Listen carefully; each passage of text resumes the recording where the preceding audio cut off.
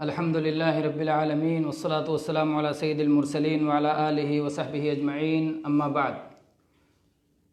سورہ فاتحہ کے فضائل و فوائد اور اس کے بعض معانی و مفاہیم کے تعلق سے اس سے پہلے درس ہو چکا ہے، اور اب انشاءاللہ اس کے بعد میں سورہ بقرہ کے تعلق سے درس ہوگا، اور اس درس کا اصل وقت انشاءاللہ اگلا ہفتہ ہے، جس میں ہم مدلل و مفصل طور پر انشاءاللہ اس کے فضائل اور اس کی اہمیت پہ بھی گفتگو کریں گے۔ اور مختصر طور پہ آپ یہ جان رکھیں کہ سورہ بقرہ یہ سورہ فاتحہ کے بعد پہلی سورت ہے، اور اللہ کے نبی کریم صلی اللہ علیہ وسلم نے یہ بتایا ہے کہ کل قیامت کے دن قرآن پڑھنے والے اور قرآن پر عمل کرنے والے، ہر مسلمان اس میں قرآن پہ عمل کرنے والے میں ہر مسلمان داخل ہے، کیونکہ ہر مسلمان قرآن پہ عمل کرتا ہے، کوئی کم کوئی زیادہ۔ تو قرآن پاک پر عمل کرنے والے مسلمان آئیں گے، قرآن آگے آگے رہے گا، اس میں سورہ بقرہ اور سورہ آل عمران یہ سب سے آگے آگے رہیں گے، کیونکہ یہ قرآن کی ابتدا کی صورتیں ہیں، اور یہ اپنے عمل کرنے والوں کی طرف سے اللہ تعالیٰ سے سفارش کریں گی، حجت کریں گی، بات کریں گی، اور اس کے گناہوں کو معاف کروائیں گی، اسے جنت میں لے کے جائیں گی۔ تو یہ سب اس کی فضیلت ہے۔ اسی طرح سے نبی کریم صلی اللہ علیہ وسلم نے یہ بھی فرمایا ہے کہ شیطان اس گھر سے بھاگتا ہے جس میں سورہ بقرہ کی تلاوت ہوتی ہے۔ اسی طرح سے سورہ بقرہ میں بھی وہ آیت بھی سورہ بقرہ ہی میں ہے جس کے بارے میں اللہ کے نبی صلی اللہ علیہ وسلم نے فرمایا ہے کہ قرآن کی سب سے عظیم آیت ہے۔ کون سی آیت؟ آیت الکرسی۔ قرآن پاک کی سب سے عظمت والی آیت اسی سورہ بقرہ میں ہے، اور اسی سورہ بقرہ میں وہ آیت بھی ہے جس کا ذکر سورہ فاتحہ کے ساتھ میں آیا تھا، سورہ فاتحہ کے ساتھ میں نازل ہوئی۔ سورہ بقرہ کی آخری دو آیتیں اللہ کے نبی کریم صلی اللہ علیہ وسلم نے بتایا، آپ کے پاس جبریل علیہ السلام بیٹھے تھے اور آسمان کا دروازہ کھلا، جبریل علیہ السلام نے کہا کہ یہ آسمان کا وہ دروازہ ہے جو اس سے پہلے کبھی نہیں کھلا، اس سے وہ فرشتہ اترا ہے جو اس سے پہلے کبھی نہیں اترا۔ اس کے بعد وہ فرشتہ آیا اور اس نے کہا ابشر بنورین، دو نور کی خوشخبری لیجئے جو اللہ تعالیٰ نے آپ کو دیا ہے، آپ سے پہلے کبھی کسی نبی کو نہیں دیا تھا۔ اس میں سے ایک سورہ فاتحہ ہے اور دوسری سورہ بقرہ کی آخری دو آیتیں، آمن الرسول سے لے کر کے آخر تک یہ دو آیتیں، کہ آپ جو بھی ان دو آیتوں کے ذریعے سوال کریں گے، اس میں دعائیں ہیں، اس میں مانگا گیا اللہ تعالیٰ سے، آپ جو بھی سوال کریں گے اللہ تعالیٰ اسے دے دے گا، اللہ نے اسے دینے کا وعدہ کیا ہے۔ تو اس میں سوال اور دعا ہے۔ تو یہ سورہ بقرہ کی یہ دو آخری آیتیں بھی اسی سورہ بقرہ میں ہیں، تو ظاہر بات ہے وہ بھی پوری سورت کی فضیلت میں سے ہے۔ تو اس سورت کے بہت فضائل ہیں، انشاءاللہ اس کی تفصیل اگلی بار آئے گی۔ اس کے بعد میں جب اس کے معنی پر ہم غور شروع کرتے ہیں تو بسم اللہ الرحمن الرحیم، یہ ان سے سورتوں کی ابتدا ہوتی ہے، اور دو سورتوں کے درمیان فرق معلوم ہوتا ہے۔ قرآن پاک کی عظمت دیکھیے، چونکہ وہ ایسی کتاب ہے جس کے ذریعے اللہ نے پوری انسانیت کو چیلنج کیا ہے، اور انسانیت میں ہر طرح کا ذہن رکھنے والے ہیں، اس طرح ہر طرح کی چیزیں اس میں اللہ نے رکھی ہیں، سب کے ذوق کے مطابق اس کی حقانیت آئے گی۔ قرآن پاک میں کل کتنی سورتیں ہیں؟ 114 سورتیں ہیں، اور بسم اللہ کتنے ہیں؟ 114 بسم اللہ ہیں، اور ایک سورت پہ بسم اللہ نہیں ہے، سورہ توبہ جس کا دوسرا نام سورہ براءہ ہے، اس کے شروع میں بسم اللہ نہیں ہے، اس کے باوجود 114 بسم اللہ ہے۔ وہ کیسے؟ سورہ نمل کے اندر ایک بسم اللہ ہے، اللہ تعالیٰ نے سلیمان علیہ السلام کا خط ذکر کیا ہے، اور اس میں اللہ تعالیٰ نے ذکر کیا ہے انہ من سلیمان و انہ بسم اللہ الرحمن الرحیم۔ تو اس طرح سے 114 صورتیں ہیں، تو بسم اللہ بھی پورا 114 ہے۔ بسم اللہ الرحمن الرحیم اللہ کا نام، اور اللہ کے رحمت جو اس کے غضب پہ غالب ہے، رحمت کے دو نام اس میں آئے ہوئے ہیں، اور سارے کام ہم بسم اللہ کہہ کر کے ہم شروع کرتے ہیں، خیر و برکت کے کام، اور اس لیے کہ اللہ تعالیٰ کی مدد ملے اور مدد مل کے وہ کام کریں۔ بسم اللہ الرحمن الرحیم کے بارے میں مختصر بات پہلے ہو چکی ہے۔ بعض لوگ خط لکھتے ہوئے بسم اللہ الرحمن الرحیم کے بجائے 786 لکھ لیا کرتے ہیں، نمبر لکھ لیا کرتے ہیں، جبکہ خط ہی میں سلیمان علیہ السلام کا خط اللہ نے قرآن پاک میں ذکر کیا ہے، اور سلیمان علیہ السلام نے اپنے خط میں کیا لکھا تھا؟ بسم اللہ الرحمن الرحیم۔ تو قرآن پاک نے جو طریقہ سکھایا اس کی مخالفت کرتے ہیں، کہتے ہیں خط میں بسم اللہ نہ لکھو، 786 لکھو، حالانکہ اللہ نے قرآن پاک میں سلیمان علیہ السلام کا خط ذکر کیا ہے اور اس کے اندر بسم اللہ ذکر کیا ہے۔ اور یہ گمراہی آئی کہاں سے 786 کی؟ الف لام میم کی تشریح بتائیں گے تو وہ سمجھ میں آئے گی۔ اس کے بعد میں پہلی آیت ہے سورہ بقرہ کی، الف لام میم۔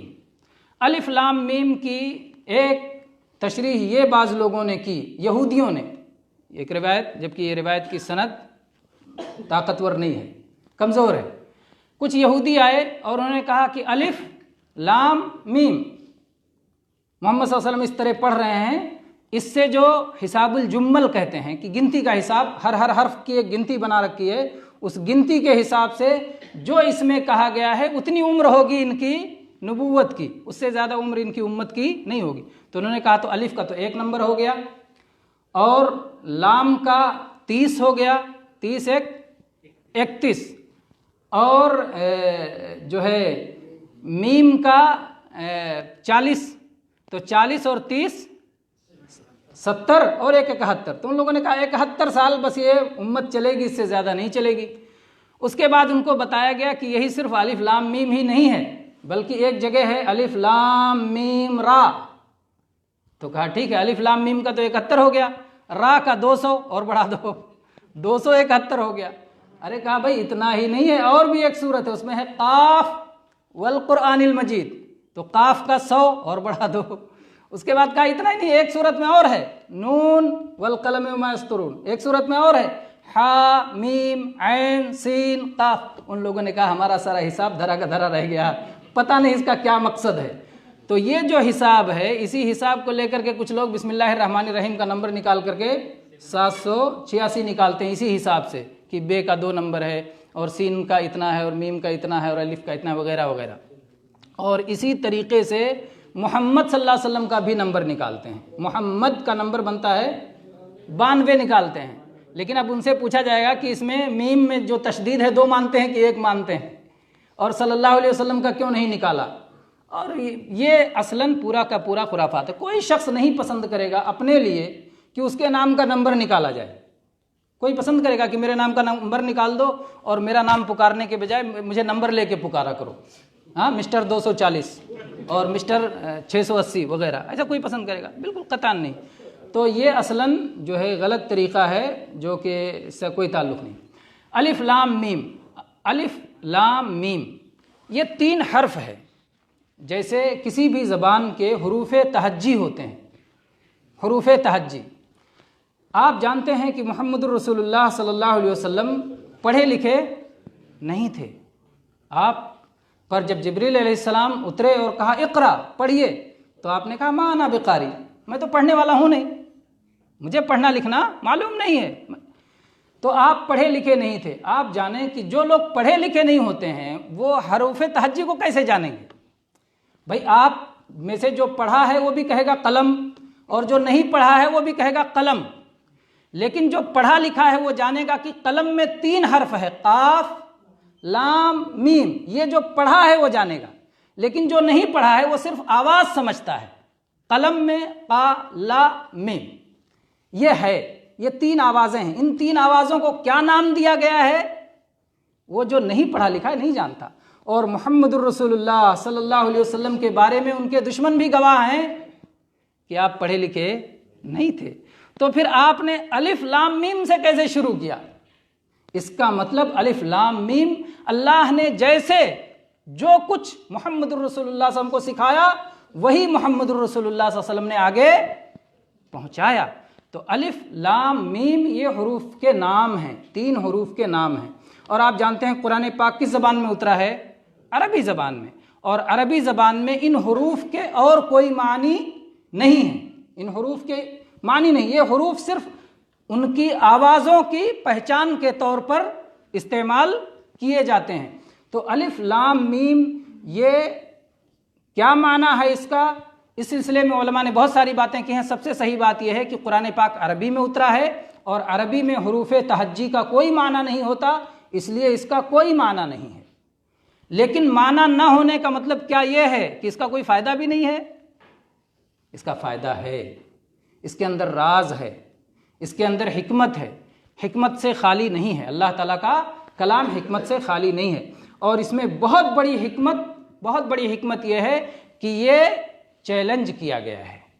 اسی لیے جہاں جہاں اس طرح کے حروف آئیں، ان حروف کو کہا جاتا ہے حروف مقطعات، حروف مقطعات، کہ ان کے ذریعے سے چیلنج کیا گیا ہے کفار کو کہ انہی حروف سے مل کر کے تمہاری زبان بھی بنتی ہے اور انہی حروف سے مل کے یہ قرآن بھی بنا ہے، اس قرآن جیسا لاؤ، دکھا دو ان سے قرآن جیسا۔ نہیں دکھا سکتے۔ اللہ تبارک و تعالیٰ نے کیسے چیلنج کیا؟ اللہ نے پہلے کہا کہ اس قرآن جیسا قرآن بنا لاؤ، فَلْيَأْتُوا بِحَدِيثٍ مِثْلِهِ، اس جیسا قرآن بنا لاؤ۔ اس کے بعد اللہ نے کہا ٹھیک ہے اتنا قرآن پورا نہیں بنا سکتے، 10 سور مثلہ مفتریات، تم کہتے ہو نا گڑھا ہوا ہے، ایسے ہی 10 سورت بنا لاؤ۔ پورا قرآن چھوڑو، کم کر دیا، 10 سورت بنا لاؤ۔ پھر اللہ تعالیٰ نے کہا بسورۃ من مثلہ، چلو 10 سورت بھی نہیں، 1 سورت بنا کے لے آؤ۔ سب سے چھوٹی سورت جانتے ہیں کون کتنے آیتوں کی ہے؟ 3 آیت کی ہے۔ انا اعطیناک الکوثر فصلی لربک وانحر ان شانئک هو الابتر، سب سے چھوٹی سورت ہے، صرف 3 آیتوں کی سورت ہے۔ اللہ تعالیٰ نے کہا چلو 1 سورت بنا کے لاؤ، نہیں لا۔ اللہ تعالیٰ نے کہا ٹھیک ہے انسان ہی نہیں جناتوں کو بھی ملا لو ساتھ میں۔ اللہ نے کہا قل لئن اجتمعت الانس والجن على ان يأتوا بمثل هذا القرآن لا يأتون بمثله ولو كان بعضهم لبعض ظہیرا، کہہ دیجئے کہ انسان اور جنات سب مل جائیں اس قرآن کی طرح لانے کے لیے نہیں لا پائیں گے۔ کیوں؟ عرب کے لوگوں کا تصور تھا اور آج بھی لوگوں کو یہ تصور ہے کہ جنات انسانوں سے زیادہ سمجھدار ہوتے ہیں، جنات انسانوں سے زیادہ طاقتور ہوتے ہیں۔ اسی لیے جو بہت بڑا شاعر ہوتا تھا اس کو عبقری کہتے تھے، عبقری، اور ان کا تصور یہ تھا عربوں کا کہ عبقر ایک وادی ہے جہاں جن رہتے ہیں اور اسی وادی میں سے کوئی جنات آ کے اسے سکھاتا ہے، اسی لیے اس کا شعر اتنا اچھا ہے، یہ اتنا بڑا ادیب ہے، یہ اتنی بڑی بات کہتا ہے، تو یہ عبقری ہے، یہ اسی وادی سے اس کا تعلق ہے۔ تو وہ سمجھتے تھے کہ جنات زیادہ قابل ہوتے ہیں، زیادہ ہوشیار ہوتے ہیں، تو اللہ تعالیٰ نے کہا ٹھیک ہے اپنے ہوشیار جناتوں کو بھی ملا دو۔ تو صرف اللہ نے عربوں کو صرف چیلنج نہیں دیا بلکہ عرب عجم سارے انسانوں کو چیلنج دیا، اور انسانوں سے پڑھ کے اللہ نے جناتوں کو بھی چیلنج دیا کہ اس جیسا کلام لے کے بتاؤ۔ تو ان چیلنج کا ایک حصہ ہے الف لام میم۔ اللہ تعالیٰ نے کہا، اللہ تعالیٰ نے جب یہ کہا الف لام میم، تو یہ بھی بتانا تھا کہ اللہ کے نبی صلی اللہ علیہ وسلم پڑھے لکھے نہیں ہیں، اور پڑھے لکھے نہ ہونے کے باوجود وہ حروف بتا رہے ہیں جو حروف پڑھے لکھے بتاتے ہیں۔ اللہ تعالیٰ کی یہ تعلیم ہے۔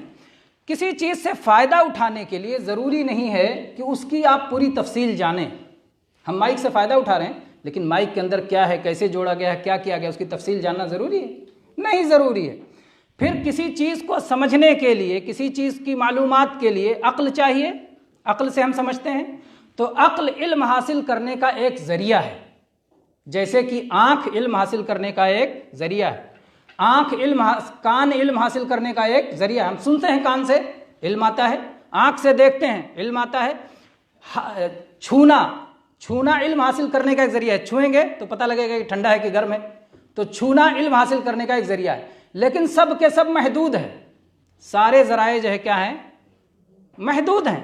آنکھ کا ذریعہ کیا ساری چیزیں ایک جیسے ایک اندر، اس کا ایک قانون ہے کیسے حد ہے، آنکھوں سے کی حد کتنی ہے؟